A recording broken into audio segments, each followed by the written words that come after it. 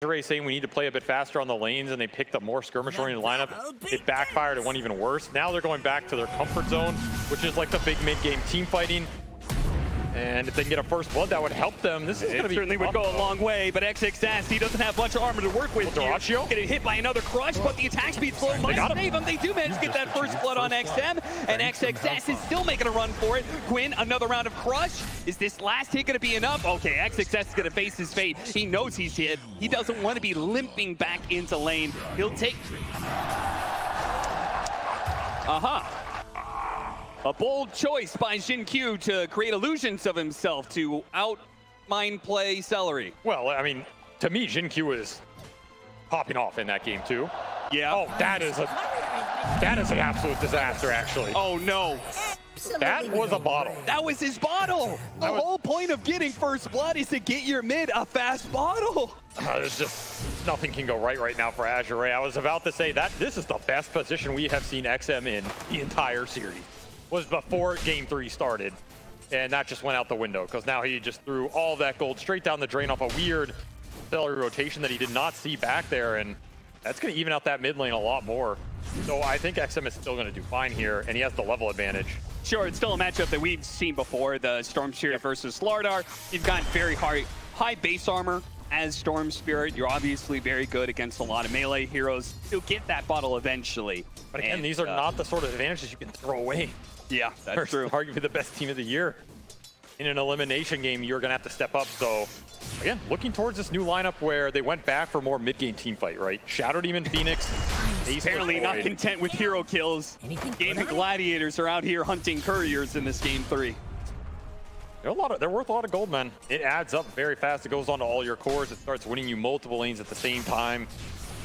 I'm looking towards Low, though. I think he had one of the worst games of the tournament in that game, too. He really couldn't find anything with the Abaddon. Not necessarily to his fault. It's a difficult hero to make work when you fall behind like that. It was a unique item build as well. And something they probably haven't gotten a chance to practice too much with the patch. But this is a hero that we've seen him do very well with earlier in the day in that Liquid series, right? Yep. And this is a hero that once you get ahead in the mid game, you don't have to look back. You just win from there. Still one of the hardest scaling carries in the game. It's another pretty solid time dilation game as well, and you are playing against that carry Weaver. Gaimin opted not to switch that carry out. Generally a terrible matchup versus the Faceless Void. So Dyrachyo, in theory, is an unfavorable carry matchup, and it pushes it onto Ace, right? Now this is the big threat in this game, the Underlord. This is a hero that I think Ace has had one of the highest win rates on in terms of player-hero matchups in a year. It's got to be like over 80% or something in meaningful playoff matches. It's just ridiculously high. This team just generally does not lose with this hero. Outside of the tail end in that patch where it got nerfed and they were like trying to force it, right? Just unstoppable on it. It's a last pick Underlord in a new patch. Another courier going now. This is just food to the fodder, man. I mean, make it stop. Well, outside of the courier deaths, things seem to be going all right for Azure, but then again, they also went all right in game 1 and game 2 in the first 5 minutes. They got to be careful of the rotation. Keep an eye on Tofu and Celery and the moves they make, particularly around mid. Oh, bottom lane. Dyrachyo eating a lot of harasser off the poison stacks. Couldn't quite get the 4th stack there, which the 4th and 5th stack is really where you start amping up the damage. And he rushed Urn, so this is not a lane you want to feed a kill away right now. Gonna make that item instantly pay off. XXS, he's gonna get a little bit low. He's gotta be careful again. Centaur lacks in that early armor. The bugs make it even worse for him. Yeah, he wants Helm of Iron Will into Veil into Shiva's here. They're really going for it, but that hit is not gonna be enough. Xin-Q is, getting some serious hits on the stacks here. It's just can't quite get the, important one, which is that 4th and 5th one. That was a big range creep, though. That is his Helm, as XXS does not want to burn too much more regen to get to that item. Once he gets to it, I feel like he's going to be invincible in this lane. Very hard to threaten this Centaur once he has all the extra armor up. Should be coming out here, as long as this courier doesn't get sniped. Possible. But lanes, as you said, generally going okay for Azure Rays. They have the whole series. That hasn't really been their problem in like the first 5 minutes. It's been this 5-minute mark to the 15 where things have just gone off the rails and Gaimin have just upped the tempo, upped the pressure. And again, I look towards the Gaimin supports. Tofu and Celery, this is the periods where we've seen them just dominate the map, dominate the runes. slam XM into a non-existent state. Tofu gets some heavy damage there. And we're looking at all these support trades happening, right? I feel like they're favored for it again. I think the Maiden Gyro is outputting way more damage than your Phoenix Shadow doing right now. And it'll be Celery rotating at the top right on that 5-minute mark. They're happy to try and kill low here if they can get the connection. Here it comes, slowing him down underneath the Firestorm, but yeah, Lucas no Frostbite. Tofu, he's gonna flank and start getting some damage onto Tianming with the Blood Grenade. They'll secure it. They've got him. Flat Cannon will ensure the last hit. Now that leaves Low alone against 3 heroes, so even if they can't get a kill on him, they has can no time walk. Off the tower. He's no dead. time walk up for 5 seconds, caught in Frostbite and dead. Like clockwork, man. I feel like as soon as I start saying look for it, it's already happened. The ports make a very solid gate rotation. 2 kills on the board. All this while your catapult is hitting top wave with double range creep. Can't ask for anything better. This tower is almost just dead. And now you have to make the question of, do you TP back in here as Jin Q rotates up just to try and secure the TP back for low?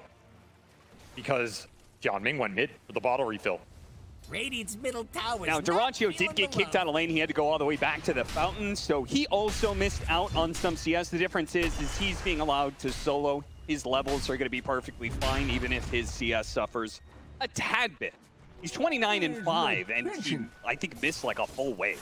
So, really goes to show that outside of that, he has done very well for himself. Nobody's doing better than Ace, though. 47-8. That is the Underlord, man. He just sits up here with Aura and makes you cry. Right now, he's getting his way as he has almost 2 levels on low. It's just brutal when you get extra atrophy points up early. They're going to try and make a play on him, actually. This is a very tanky hero. Yeah, an early rotation from XM as he picked up level 6 and had an Arcane Rune.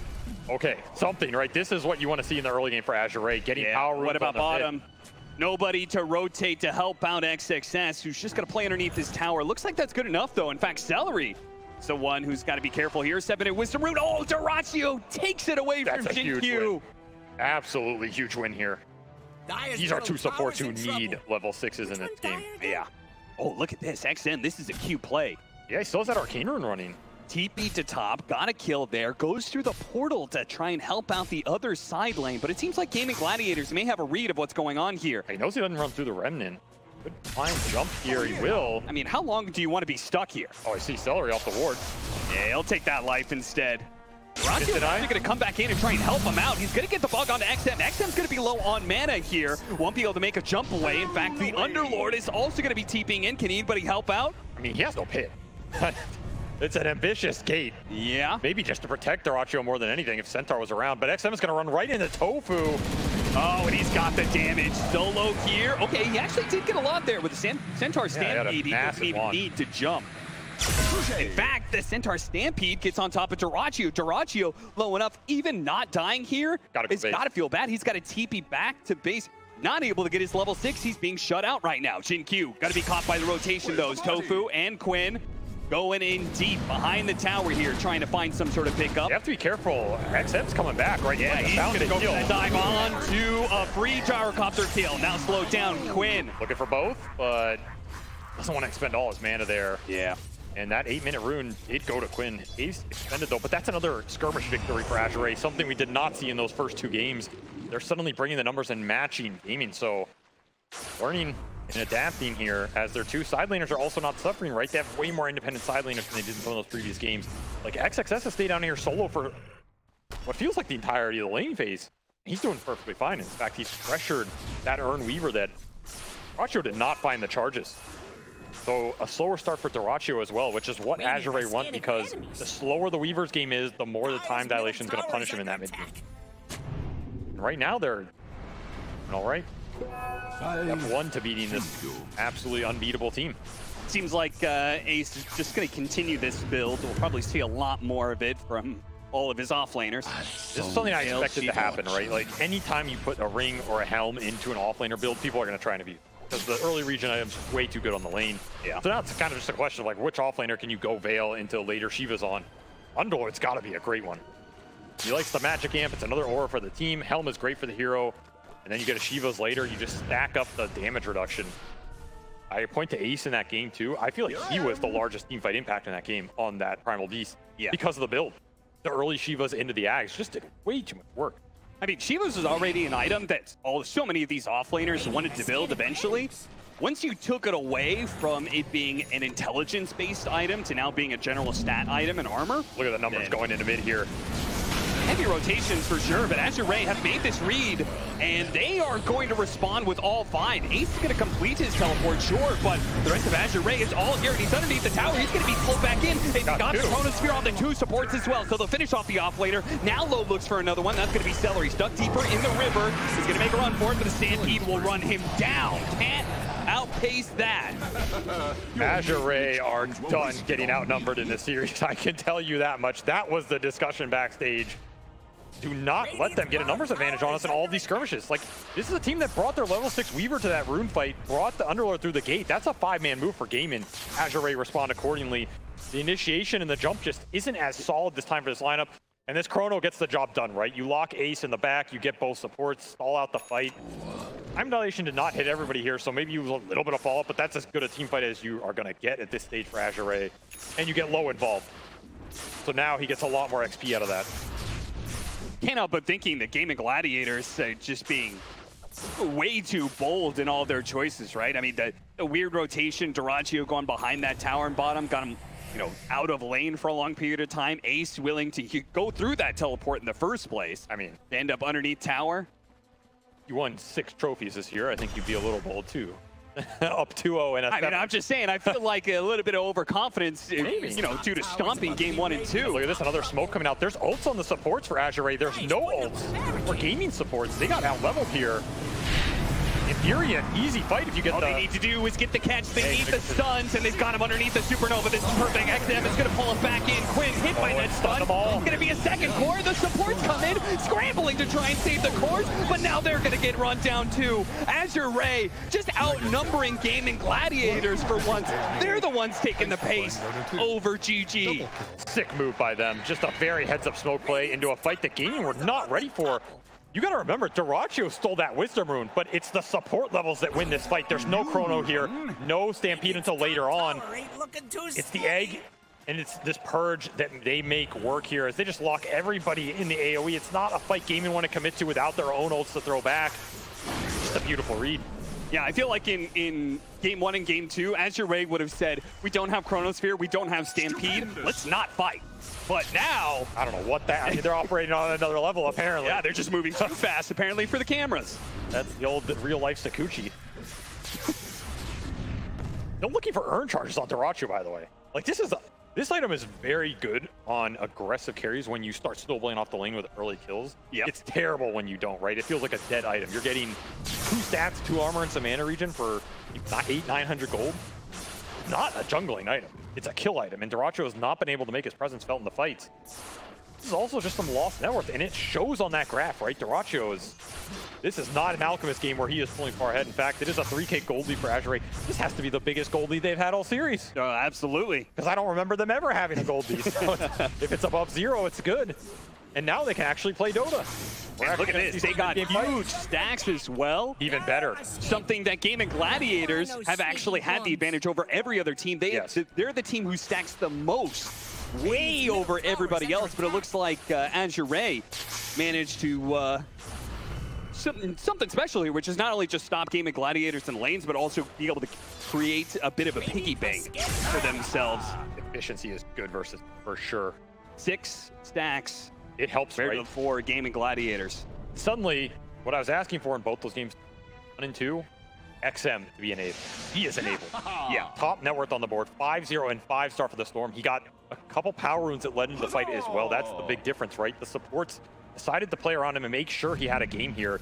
Also had a pretty solid matchup, and it's Quinn, on the other hand, that's been shut down for once. It's a very different position than we've seen this series. Now it's a question of, okay, you got through the first 15 minutes through game, and can you actually turn it into anything? You know, challenge number 2 in a sense, right? Because we've also seen Gaimin play from behind, play from ahead, play from rough starts. It doesn't seem to matter to this team. I think the scary part, though, for Gaimin Gladiators is, does Azure really need to do anything with the lead that they have? Like, not necessarily. Can't they just kind of like cultivate, just keep the net worth as it is the entire, you know, next 30 minutes, and don't they have a huge advantage? I mean, you've got to think so with the Faceless Void in this game. There's not a lot that threatens low in the late game. I mean, outside of some crazy aura mitigation from Ace, I feel like he's just going to shred Dyrachyo in this game. Yeah, it's really hard scaling supports to back him up. So yeah, if you're looking at raw scale on paper, Azure are going to outscale you here. That's a concern. That means you kind of have to find some of these mid-game fights for Gaimin, and so far it's been Azure dictating that tempo. 12-3, it'll be another move from XM with another power rune. Almost catching Dyrachyo there. This is a way better power rune for Storm than it used to be, because you get the magic amp now. Yeah, that's true. Deadly. Witchblade already done. He is the biggest threat on the map right now, and that'll be an easy power off the rotation for Azure. It'll be a Shiva's rush for XXS, saying, I saw what you did last game.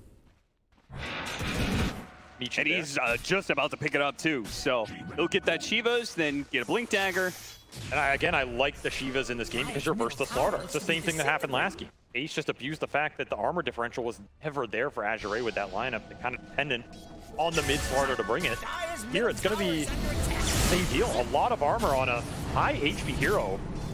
Yeah, if you take away the attack speed of Slardar with Shivas and Fire Spirits, and then you take away his movement speed with the Purge taking off sprints, he's going to struggle. What is Quinn going to do here in some of these fights? Has to buy BKB, and you have to get a lot done during it. But that's where if you have the armor to mitigate that burst jump off the Slardar, his impact could be muted as well. Azure in a very solid position right now. They're just taking mid tower for free. Early cleanse yeah. Q, just make sure XM has the confidence to bring down this tier 1 tower with his amp damage. And a very solid cleanse game as well, right? Another tool versus the Slardar that's very annoying for the Crystal Maiden. Yeah, get rid of Frostbite, get rid of the Pit of Malice. That's done. Centaur is incredibly strong on the map right now, so it's going to be a bit of a farm fest. The one factor here is you got to think about Roshan, because Gaimin can just go into Rosh and do it incredibly fast with the Weaver plus the Slardar at any point. Right? Yeah. If you're not willing to contest that with your lineup here, you're going to feel bad about it, because that's in theory a good fight for Chrono, Egg, Centaur Stomp going through, the Storm Jump. Very strong Rosh contest lineup for Azure, while Gaimin have the stronger Rosh acceleration lineup. Yeah. It's going to be interesting to see when they try and force it, because I think if you're Gaimin, you do want to force it at some point in this game. That's your way back into a strong position for Dyrachyo, especially as he's going aggressive items on the Weaver, right? No surprise there, the most aggressive carry of the year is going the aggressive build in a game where he hasn't found much. It's going to be Dragonlance into Desolator for the Weaver. If I'm Dyrachyo, I want an Aegis to cap that off. Celery going to be spotted here. That's a freebie. Something else about Jin Q playing the Shadow Demon in this game, this Demonic Purge has got to be good in a meta where you're going to remove all these shield buffs, right? Oh, yeah. Crescent obviously that are going around, all these random buffs that Queen have been playing around. Got to be good value. And Ancient Stealing coming out from Azure right now. This is max value. Not something Gaimin are used to giving up here. You talked about the stacking that came out. Those are stacks straight into Azure's pocket. They are finding a lot. It's game 3. Photosphere finally going to be put to use here. Dyrachyo, but he doesn't have enough damage. Not solo anyway. The rotations are going to come out from Gaimin Gladiators now to look for a punish.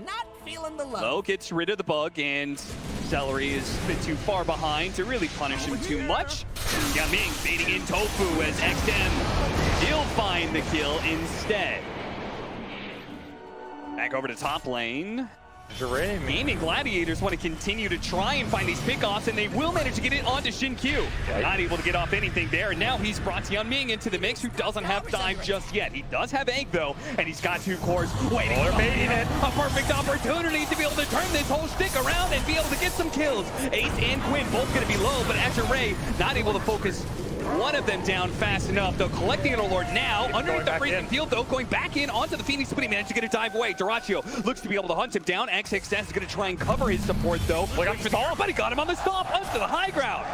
Azure playing that beautifully. Dyrachyo. And even then, the Frostbite isn't quite enough. Quinn, you certainly don't want to be jumping into that anymore. Ming is still alive, even after all of that. That's going to push this Phoenix close to level 12 here.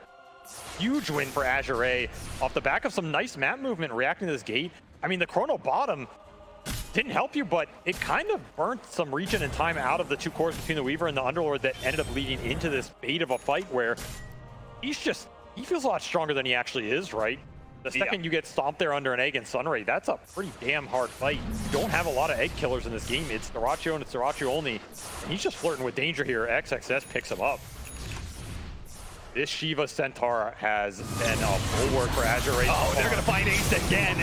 The Sunray destroys him with the extra damage of 2 big burst spells, the Remnant plus the double edge.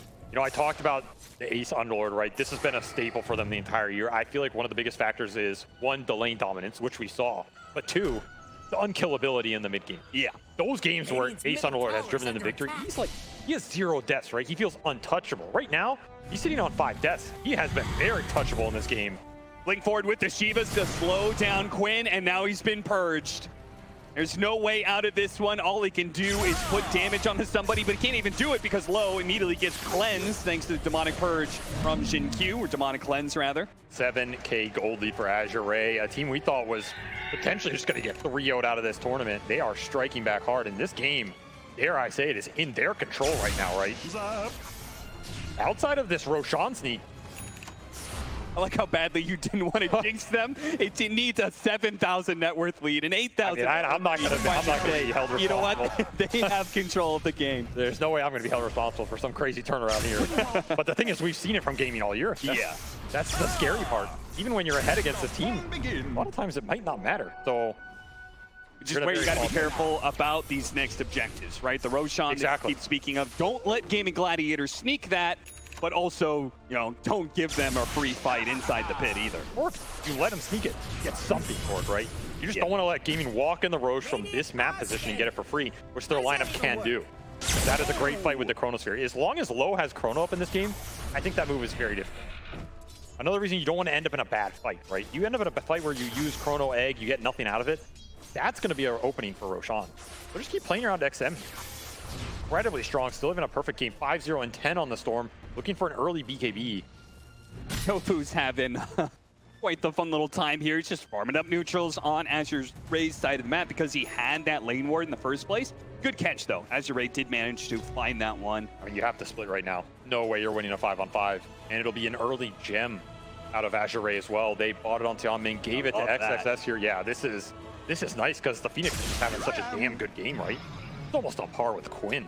Not see that often. He'll have Shard and Solar Crest ready. It's a solid map position to be in. And again, if you believe in your scale with the Faceless Void, you're not necessarily in a rush either, right? It's almost here, though. The BKB on Quinn, I think that's really the biggest timing for Gaimin Gladiator, so I'm not sure what else you're really going to be playing for. It's got to be this. Dyrachyo went for the Maelstrom over the Deso, and he's going for the Shard, so his damage is going to be decently high in the fight for his net worth if he can stay alive. It's got to be on the back of Ace's Auras, which he's looking for the pipe. And he should have pipe off this camp, but instead, this Aura got delayed so much on the Underlord, it's going to be Azure Ray just forcing the Roshan in the pit. And again, if they're comfortable doing this without losing too much HP, which the Solar Crest helps you do that, a very tough contest here. It's going to be a pit of death right now for Dyrachyo, who has no defensive item on the Weaver. Yeah, they're scrambling to get in here. In fact, they're going to hit to get here, but the Roshan's already dead. They got that BKB timing, but they don't hit the window fast enough. Well, they're just going to run into Dyrachyo. Maybe confused what's happening right now. Like, is this a fight? Is this... Yeah, am I chronoing this guy? Like, what's going on here? Don't look good. Roshan goes Azure Ray's way. A very strong Aegis on the Faceless Void. Now he can play for 2 lives, perhaps 2 time dilations. You gotta remember, if these fights go long after BKBs and stuff, time dilation is very good here. Another reason you want the burst coming out from Gaimin to be as high as possible. Sure, all 5 of their heroes have very low cooldowns. Yes. That time dilation, you're right. It's going to wreck them. Debilitate them. Like, Chronosphere is great, but time dilation is what makes Faceless Void in a lot of games. This is one of them. It absolutely will win you the fight if everybody's on even footing post debuff immunity. Well, they've got the advantage. Aegis, big net worth lead. Now it's just a question of how do you take these objectives? When do you take them? Can you find pickoffs? These sort of things help. Celery, once again, going to be found in this mid area. And another amp damage rune bottom. That'll go into XM's pocket here. Pickoffs lead to runes, lead to map control. And right now, Gaimin, this is your pipe Underlord timing. Daniel talked about it. It's a great pipe game for Ace. This is a very powerful aura. But you have to be able to force the fights. Traditionally, Gaimin would do that by being ahead, forcing objectives, making the enemy go into them. I don't think that's going to happen this time around, right? It's going to have to be an aggressive move, and that is way harder for this Underlord to make. For now, it's continuing to dodge. split the map, try and even out this net worth advantage. It's slowly building for Azure, but crazy. Quinn? You gonna find him? Right, yes. Oh, he's just gonna run into him here. Hey, find him now. Blink away. Fast reaction there from Quinn. And he's gonna be forced into it. They go back for Tofu instead. They get the guaranteed kill. That was Whereas Quinn... Yeah, that was a smart call from XM. I mean, you either choose the gyro or force the BKB. He chose the gyro, and meanwhile, Low just 1v2ing up here. Does have Chronosphere still, and he's gonna drop it. He goes for the kill on Dyrachyo. Does he have the battle? Stampede is the extra bit of damage required. Now he's out of mana. This is gonna be a bit awkward, but of course he has the Aegis. The rotations are coming out. XXS and Gaimin are gonna help him out against Ace. And Low can start going back to work. Crush lands onto the two of them, but because the cleanse, Low is perfectly fine on HP. No chance of losing the Aegis. Celery is going to be found by Jin Q. You can't get away. Trapped in here with me, my friend, as they will clean him up with some extra poison stacks, and they get to choose who they gave it to. Tapped out. I mean, really, sure, this Jin is Q, right? very cathartic for Jin Q. Having an opportunity to slowly work down this support who has been a nuisance in this series. Radiant structures are fortified. Sweet revenge for once, and now this game is just spiraling out, right? Like, you're losing your chances to come back in this game off the auras and the Weaver small damage items. It's not going to get easier from here. Radiant's top tower is Big damage upgrade now. Parasma complete for XM. And we have seen Storm just pop off damage-wise with this item in the tournament. Mjolnir completed for Low as well. Vision on him. The Sunray keeps it the entire time. And XM, you chased him right into the mid player. Every kill you give up is more D-warding XXS gets to do as well, as that is the last defensive ward for Gaimin. They have one bottom lane, but that's it. They see nothing right now. They have not seen a rune for days. How are you going to kill anything now with an Aghanim Scepter done on Jin Q, so he has multiple demonic cleanses to throw down. 2 defensive spells, 2 aggressive ults that can also break here. You're going to break this Underworld. You're going to break this Slardar. This makes the team fight even easier. Whoa, he does not need Chronosphere right now. Oh, he'll just run down Tofu. A little bit of help there from XM. Collects the godlike spree and straight to the tier 3s. They are done messing around right now. They want to take an early Rax against Gaimin. Show that you can indeed lead here. XXS is just way too tanky, man. What do you do to this? He has 30 armor on a Centaur this early in the game is ridiculous, right? That's supposed to be the weakness of this high HP game frontliner. Does not seem exposable right now, and Dyrachyo is hitting with a Blightstone. Not doing the trick. No, it's not. That little bit of damage he puts in, immediately gets healed off, then a time walk does the rest. They'll preserve the Rax here. They will. Aegis is expiring. Low did not want to get caught out in some weird position, though. They've got Tormentor and Wisdom Rune that they can both take away from Gaimin Gladiators. Very true. And again, the way they're going to win this game is not off Rax, right? They're going to win it by just sheer team fight domination. Yeah, hard for XXS, and X is on board for the Storm and the Phoenix here. They're both working towards them. Again, your window to come back in this game is closing, right? Not some crazy late game time and you're going to get up the Dyrachyo. It has to be a team fight soon, while Ace's auras can still give you some hope. Yeah, I think the Hyperstone on Quinn says a lot. Yep, this is the smoke to come back. It has to be this one. It's like, I just need to output as much damage as quick as possible, get a pick off somewhere, but XXS! Oh, get time lapse. Brick wall! You're not getting through this! In fact, you're not getting away either! Locked inside the Chronosphere with the Supernova to boot. They will get annihilated in this fight. They still have the freezing field. Dyrachyo's going to play off of that one, but it's not looking good. Gaimin Gladiators are going to buy back on so many heroes, but there's nobody left in the fight. By the time they TP in, everybody's gone. GP is called. What a turnaround from Azure. Right? Honestly, that is a very tough position to be in against the most dominant grand final team of the season. Down 2 games.